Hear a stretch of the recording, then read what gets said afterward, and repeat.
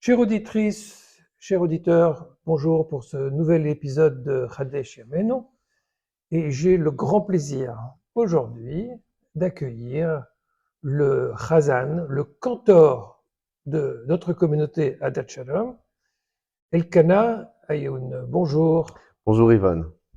Alors Elkana, c'est intimidant pour vous aujourd'hui d'être cette fois-ci face, non pas au public habituel, mais à la caméra, pour parler d'un sujet très sensible, qui est un peu l'œuvre de votre vie, c'est votre passion, la Chazanout. Alors, ce que je voudrais que nous fassions dans l'émission, c'est parler d'abord de vous, de votre parcours. Qu'est-ce qui vous a poussé, qu'est-ce qui vous a donné cette idée folle de vous lancer dans ce métier de cantor pour mener des offices dans des synagogues? Alors, tout d'abord, j'ai grandi dans une maison où la Chazanout était omniprésente. Mon père est Chazan, elle est toujours. Je suis né à Stuttgart, en Allemagne, dans une communauté. Mon père était Chazan de Stuttgart à cette époque-là. J'ai commencé à chanter assez tôt avec lui à la synagogue de Metz. J'ai fait quelques concerts, j'officiais de temps en temps à la synagogue. Mais vers l'âge de 13-14 ans, je me suis complètement désintéressé de la Chazanout. Pour moi, c'était quelque chose un peu, voilà, qui était un peu pour les gens plus âgés, qui ne me touchait pas vraiment. Et je suis parti vivre en Israël. En Israël, je suis parti à l'Yeshiva, ensuite j'ai fait le lycée. Puis un jour, je suis allé à la grande synagogue de Jérusalem écouter un office. Et à ce moment-là, tout est revenu. J'ai été comme happé par cette atmosphère incroyable. Qui était le Chazan? Chaim Adler. À cette époque, c'était Chaim Adler, qui est un immense Chazan, un grand maître, et que j'ai connu, qui est toujours vivant d'ailleurs. Et en arrivant là-bas, je me suis rendu compte que c'était quelque chose d'exceptionnel. Je connaissais la Chazanout par rapport à mon père, mais qui chantait à ce moment-là à Metz, qui est une petite synagogue, sans prétention, c'était très sobre. Il faisait quelques concerts, mais c'était pas de la grande Chazanout. Là, vous avez découvert, au fond, la dimension artistique de... J'ai découvert, oui, cette dimension impressionnante, artistique, quelque chose d'immense. C'est-à-dire tout l'office de la grande synagogue de Jérusalem reposait sur la Chazanout. Les gens venaient pour ça. Alors, ils venaient pour ça en raison justement de l'aspect artistique, ou est-ce que il y avait également une émotion spirituelle, quelque chose que ce Chazan parvenait à dégager? Alors c'est un peu des deux. Les gens qui viennent à la grande synagogue de Jérusalem, pour la plupart, viennent pour entendre les Chazanim. À l'époque, c'était Naftali Hershtik, avant, mais en même temps, le fait qu'il y ait une chorale de presque 100 personnes, un Chazan avec une voix extrêmement puissante, c'est a cappella, évidemment, il y a une dimension très spirituelle, quelque chose qui touche vraiment à l'âme. Alors, tout à l'heure, au début de votre propos, vous disiez, au début, j'étais pas très attiré par tout cela parce que c'est un peu passéiste, c'est une ambiance peut-être un peu trop sobre ou qui n'inspire pas les jeunes. Alors, est-ce que ce côté pompeux, finalement, de la grande synagogue, ça vous a pas rebuté? Là, vous avez ressenti autre chose que ce relent du passé? Oui, mais étonnamment, je crois que ce qui m'a touché le plus, c'était ce relent du passé, un peu cette nostalgie Ah, qu'on pouvait retrouver. J'ai grandi dans une famille ashkénaze, avec des grands-parents qui étaient voilà vraiment yékés. Donc il y a cette culture un peu, on va dire, c'est un peu bizarre de dire ça, mais cette culture un peu triste oui. qu'on peut retrouver dans la Chazanout, hein, les airs de Chazanout en mineur, qui viennent de Pologne. On ressent un peu ce côté-là. Voilà. Ça éveille quoi chez vous? Est-ce que c'est c'est c'est les malheurs du peuple juif? Mais je vais C'est vous dire honnêtement, ce que ça a réveillé chez moi. Moi, j'ai jamais été un grand religieux. Malgré le fait que j'étais à la yeshiva, je savais que j'étais pas fait pour l'étude de la Torah nuit et jour. Ça ne m'intéressait pas tellement. Et puis, arrivé à la grande synagogue en entendant le Chazan chanter, ça a réveillé quelque chose qui m'a immédiatement rattaché à la spiritualité, à Dieu, et, et c'était presque, c'était dépourvu de toute religiosité, de mais tout. on a quand même l'impression que votre âme a vibré par la puissance ou la beauté ou le message intérieur du chant, par-delà de tout l'aspect intellectuel, justement, si je puis dire. Exactement. Et je pense aussi que le rôle du Chazan n'est justement pas de faire réfléchir. Ça, c'est le rôle du rabbin. D'ailleurs, faut pas que les deux, que chacun doit, Dans son rôle. voilà, exactement. Le rôle du Chazan n'est pas du tout de faire réfléchir les gens. Le rôle du Chazan, c'est de toucher l'âme des gens Hmm. et de Alors, réussir à la toucher. est-ce que c'est ça qui fait la valeur d'un chazan? C'est quoi un bon chazan? Quelles sont les qualités d'un bon chazan? Il y en a sûrement plusieurs. Alors, il y a toutes sortes de qualités, mais je pense que la première, et ça, je pense qu'on l'apprend un peu plus tard en étant chazan dans des communautés, parce que c'est ça qui est important, c'est aussi l'évolution dans la communauté en elle-même. Je pense que c'est l'humilité. Je pense que c'est la clé, c'est le plus important. Parce que le chazan doit avoir une belle voix, mais un chazan qui a une belle voix, Il ne doit pas faire du spectacle. il doit pas faire du spectacle. Et c'est pas parce qu'on a une belle voix qu'on est un bon chazan. Hein, on peut avoir une voix exceptionnelle et être un très mauvais chazan, avoir une voix beaucoup moins belle, qui ne monte pas dans les hauteurs, qui soit claire, et être un chazan exceptionnel. Alors, c'est quoi? Comment se traduit cette humilité dans le chant? Cette humilité dans le chant, elle se traduit en, en, se, en étant au service de la prière, au service du texte et au service de la communauté. Je vous donne un exemple. Un chazan qui arrive dans une communauté et qui sent que l'ambiance pendant l'office, et ça arrive, hein, on le voit souvent, on peut arriver un jour, un Shabbat à un office, on voit que les gens ne sont pas dedans, les gens n'ont pas spécialement envie d'entendre de la grande chazanout, peu importe, il peut y avoir plein de raisons. Alors le chazan doit s'adapter au CAL, c'est-à-dire à l'assemblée, et faire en sorte d'être en dialogue avec l'assemblée. Et ça Il doit c'est, se mettre au diapason. il doit se mettre au diapason. Il ne doit pas chanter pour chanter. C'est pas le but, c'est pas de faire un concert, c'est pas de faire un spectacle, de montrer à quel point qu'il est capable de chanter Kouchevitsky, d'atteindre le la facilement. Ça a aucun intérêt. Je Donc, pense que vous êtes en train de nous dire que quand vous chantez très différemment suivant les impressions qui vous reviennent de la salle. oui. Alors et ça, je vais vous dire, ça, je l'ai appris avec vous. Parce que moi, j'ai appris dans une école de Chazanout, c'est l'école de Chazanout de la grande synagogue de Jérusalem. Et, et là-bas, on apprend l'art de la Chazanout. L'art de la Chazanout, ça ne veut pas dire que ça fait de connaître l'art de la Chazanout, connaître un large répertoire de morceaux. ça fait pas un bon Chazan. Ça fait pas un bon Chazan. Donc, je suis sorti de cette école de Chazanout. J'ai été embauché ensuite, un peu plus tard, en Allemagne, en tant que Chazan, dans une grande synagogue. Et, et moi, maintenant, je peux le dire, j'étais pas un bon Chazan.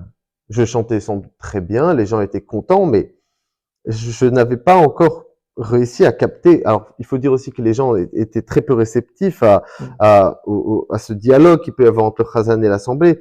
Mais malgré tout, c'était assez difficile de trouver, de, de, de, de toucher le cœur des gens. Les beaux morceaux, les gens aimaient beaucoup, mais c'était à certains moments de il y avait l'office. comme une magie qui ne se passait pas, une Oui, connexion oui, qui ne se oui. passait pas. Alors qu'est-ce qui se passe lorsque justement vous chantez à Adat Shalom et que vous avez l'impression que vous faites de la bonne Chazanout? Quel est l'élément décisif? Alors, on en revient maintenant à ce travail un peu d'humilité. C'est que à Dat Shalom, déjà, on a la chance d'avoir, enfin, vous l'avez fait, parce que quand je suis arrivé, c'était le cas, mais de faire participer l'Assemblée.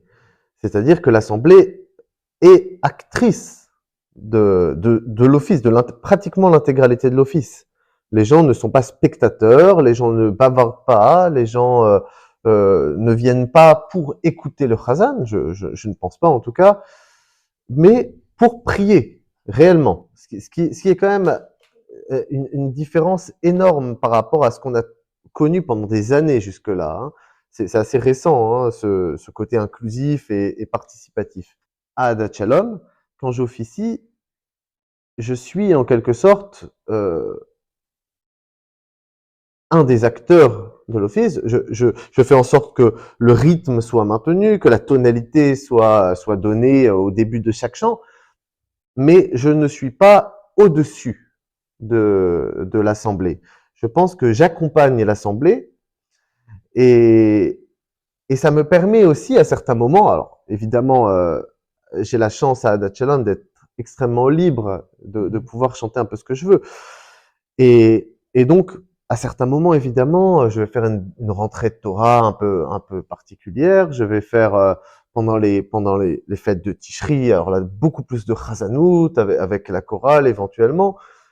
Mais malgré tout, il faut réussir à ce que ça ne dénote pas avec le reste de l'office. Et ça c'est un exercice très très délicat parce que on peut très vite passer de l'office participatif à une déconnexion totale avec l'Assemblée, c'est-à-dire le Chazan s'isole presque dans son monde Oui.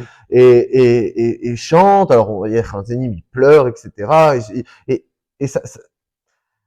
le résultat, c'est que les gens ne s'identifient pas vraiment à cette prière-là Alors, j'aimerais vous poser une question à laquelle vous devez répondre de manière très courte.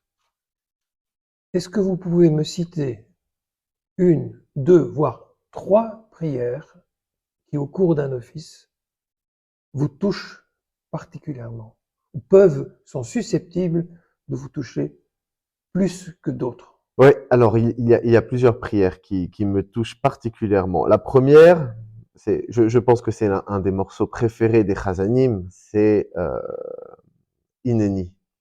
Ça, c'est le jour de Rosh Hashanah et de Kippour, Exactement, c'est un poème médiéval. médiéval et extrêmement fort et qui a Qui est la été prière de l'officiant qui qui est la prie prière de l'officiant et qui parle à la première à la personne, première personne exactement, et qui qui demande à Dieu s'adresse d'être aidé à y mettre toute l'attention pour porter la voix de la communauté. exactement.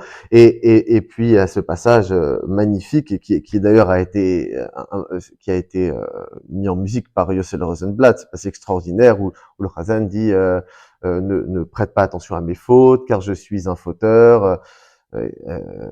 Alors, Un je vous vieillard. arrête là. Vous me direz tout à l'heure l'une ou l'autre prière qui vous touche. On va faire une petite pause et on va écouter un extrait de Hineni du Chazan Rosenblatt.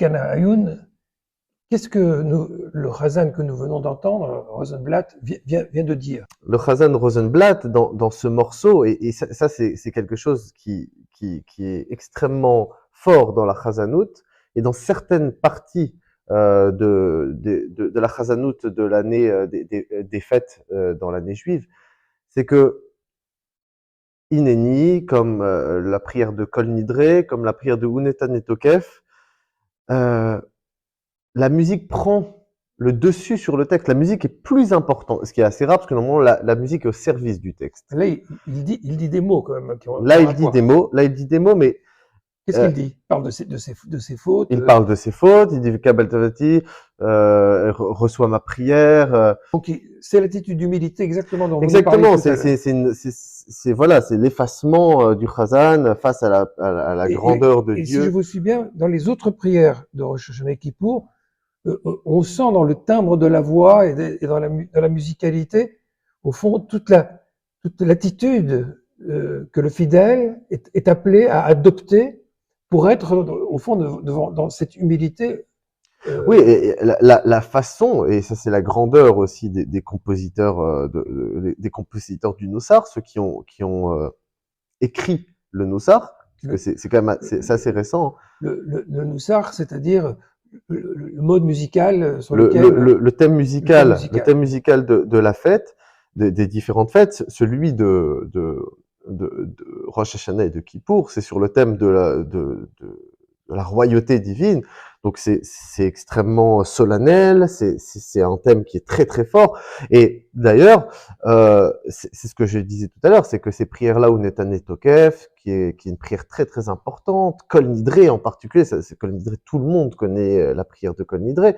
La musique, la composition musicale est d'une intelligence extraordinaire, parce que elle a permis de dessiner dans l'esprit des fidèles l'idée des fêtes.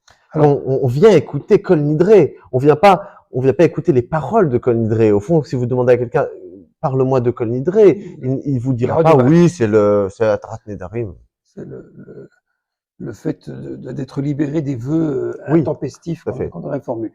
Mais on consacrera peut-être un jour une émission à Kol Nidre, parce que c'est un thème très très riche. Alors, je reviens sur la question de tout à l'heure. Hein. On l'a laissé de côté parce qu'on s'est intéressé à Rosenblatt. Mais dites-nous, mis à part cette prière de Hineni qui vous touche particulièrement, quelle est l'une ou l'autre grande prière, pas spécialement de ces grands jours de fête, qui vous touche particulièrement à titre personnel, dans lesquelles vous sentez le plus cette vibration intérieure?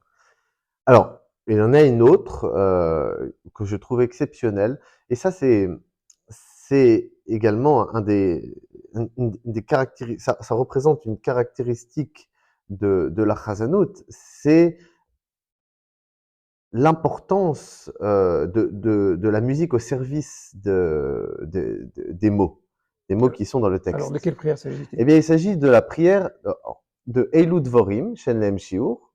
C'est un air qui a été écrit par Rapaport, mais qu'on connaît grâce à la mythique interprétation du Chazan Mordechai Hirschman.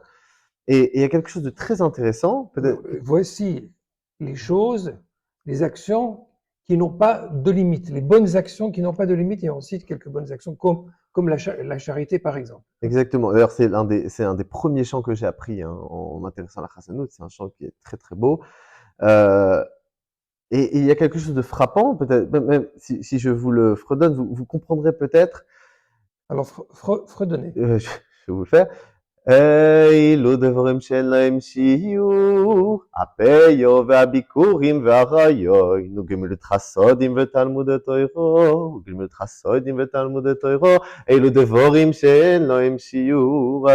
Vous voyez quelque chose de frappant là-dedans, oui, peut-être. Je connais d'ailleurs une très belle interprétation de Raphaël Cohen sur ce qui a repris de Mordechai Hirschman. Alors, qu'est-ce qui vous touche? Les paroles vous touchent aussi là? Alors, les paroles ne me touchent pas particulièrement. Elles me touchent, mais c'est pas ça qui me touche. Ce qui est frappant dans ce morceau, c'est ce qu'on appelle en musique tout simplement le récitatif. Le récitatif, c'est quoi? C'est une façon de chanter avec le même débit que la parole. Et je ne sais pas si vous C'est avez une sorte de mélopée. exactement, mais vous avez peut-être fait attention, c'est exactement la musique de l'étude. Mhm. Si j'étudie la Gemara, c'est Hey, le Dvorem Shelem Shiyu, Rapeyo, Vabikurim, Varayon, Multrasoidim, Vetalmud Torah, et le Dvorim Sheyen Lem Shiyu. Oui. C'est Au fond, quand on étudie, on est déjà en train de fredonner ou exactement. d'émettre Et une mélopée. Il y a quelque chose de musical dans l'étude. il y a quelque chose de musical dans l'étude et le génie du compositeur, ça a été de reprendre exactement ce thème de l'étude Et de le rendre pour que encore ce plus soit musical. juste, pour que ce soit juste, parce que écrire une musique, n'importe qui est capable d'écrire une musique, mais que cette musique colle au sens des mots et au sens plus large, pas simplement le sens littéral du texte, mais qu'est-ce que Alors tout ce que vous ce venez texte de décrire représente. là, très intéressant, parce que vraiment, c'est, comme le disait le Baal Shem Tov, que la musique, c'est la plume de l'âme. Hein. On sent vraiment qu'il y a une continuité entre, entre différents aspects de la vie juive, dans l'étude jusqu'à la musique. Mais alors dans ce cas, puisque c'est à ce point, où ça peut parfois être à ce point codifié, quelle est la place de l'improvisation alors parce que finalement, on obéit à un code. Alors, quelle est la valeur ajoutée du Chazan? Alors, l'improvisation a une place énorme dans la Chazanout. C'est d'ailleurs, je pense, ce qui distingue le plus la Chazanout de la musique classique. L'interprétation dans la Chazanout, elle est nécessaire pour deux raisons. La première, c'est celle dont on parlait tout à l'heure, se mettre au diapason de l'assemblée. Si par exemple, je chante une rentrée de Torah qui est une très belle rentrée de Torah, mais on est 15 dans la synagogue. Bon, est-ce que je vais terminer cette rentrée de Torah Chadesh Yameinu Kekadem. Ça n'a absolument aucun intérêt. Ça, c'est une raison très... Voilà. Ouais. C'est la première raison, c'est que souvent, on doit s'adapter à l'atmosphère, à l'environnement. La deuxième raison, c'est que le Chazan apporte quelque chose de sa sensibilité. C'est ce qui fait que les chazanim ne sont pas les mêmes et que vous pouvez écouter un morceau chanté par un chazan et il ne sera pas du tout le même chanté par un autre chazan. Vous pouvez par exemple prendre l'exemple de Roseau des Chabot, qui est un très très beau morceau qui a été écrit par Pierre Pinchik, le chazan Pierre Pinchik. Vous allez voir, ça n'a rien à voir. Parce que je prends cet exemple parce que c'est un morceau qui demande une très grande sensibilité et qui est très difficile à chanter. Parce qu'il y a beaucoup de modulation, Ouais. d'introspection dans ce morceau. C'est un morceau extraordinaire. Le chazan, en improvisant, apporte quelque chose de plus, une sensibilité en plus, et puis ça permet aussi au chazan de s'approprier le texte qu'il chante. Mhm. Euh, quand par exemple euh, vous chantez une kedusha, eh bien vous êtes soudain, vous commencez à faire un morceau, un mime comme pro, très joli, etc. Et puis tout d'un coup, vous sentez que ça y est, vous vous approchez de quelque chose que, les gens écoutent, qu'il y a une certaine atmosphère qui se met en place. Alors, parce que vous pouvez commencer à improviser. D'accord. Donc c'est en contact avec la C'est en communauté, contact avec la communauté, c'est vous sentez surtout, que vous pouvez voilà, apporter quelque chose. Alors, exactement, mais l'émission touche à sa fin. On pourra encore se revoir parce qu'il y a tant de choses qu'on n'a pas explorées. On a surtout parlé finalement de la Chazanout Ashkenaz. Hein, aujourd'hui, oui, il y a la Chazanout hein, Sfarad il y a aussi. beaucoup de déclinaisons. Mais il y a un point quand même que je voudrais aborder avant qu'on se sépare, c'est que ça, c'est ce que vous avez évoqué jusqu'ici, c'est ce qu'on peut appeler la Chazanout classique. On observe dans les communautés d'aujourd'hui une autre manière de chanter, beaucoup plus moderne, et parfois même des espèces de synthèses. On citait tout à l'heure Inéni, cette fameuse prière du Chazan interprétée par Rosenblatt. Il se trouve que à l'issue, plutôt au seuil de sa vie, Leonard Cohen a écrit un chant qu'il n'arrive plus tout à fait à chanter, c'est plutôt une sorte de récitatif en mélopée, où on entend le thème Hineni, qui est le premier mot de cette prière, me voici, en disant qu'il se présente devant l'Éternel, car il sent qu'il va bientôt quitter ce monde. Et il y a une espèce de coordination, de synchronisation qui est produite entre son chant et celui de Rosenblatt. Si vous voulez, on va écouter un tout petit extrait et vous allez nous dire ce que vous en pensez.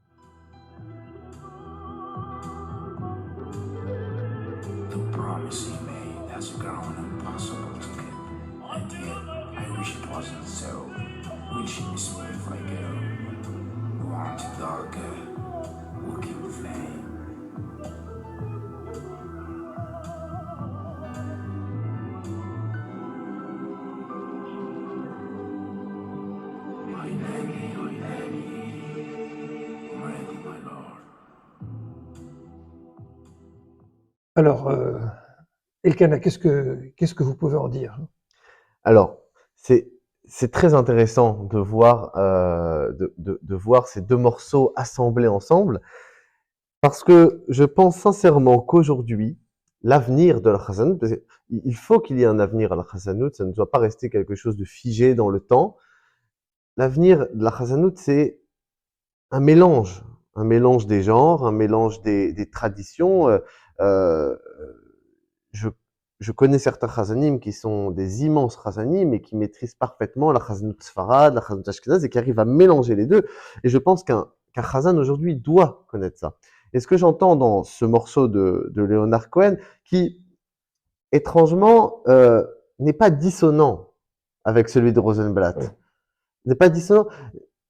Le style est différent parce que c'est pas Leonard Cohen n'était pas un cantor, ce n'est pas la même époque, mais il y a une complémentarité et je pense que l'un n'est pas meilleur que l'autre.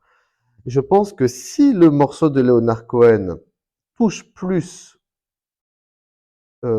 certaines personnes aujourd'hui, permettent à certaines personnes de ressentir cette force, la force de cette prière, alors dans ce cas, c'est vers ça qu'il faut aller. Dans certaines synagogues, ce sera vers ça qu'il faudra aller. Dans d'autres où les gens préféreront entendre Rosenblatt, on prendra Rosenblatt. Mais je pense que ces deux morceaux sont complémentaires et c'est une continuité, comme Rosenblatt est extrêmement moderne par rapport à certaines compositions de la Renaissance. Elkana Ayoun, dans ce morceau qu'on vient d'entendre, il y a ce fameux mot-clé que je citais à l'instant, Hineni, me voici. Je crois que ce mot résume un peu notre émission.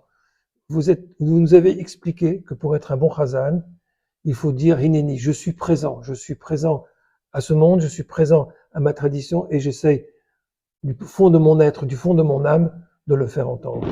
Merci beaucoup. Merci Rivon. Merci chères auditrices et auditeurs de nous avoir écoutés et je vous donne rendez-vous pour une prochaine émission.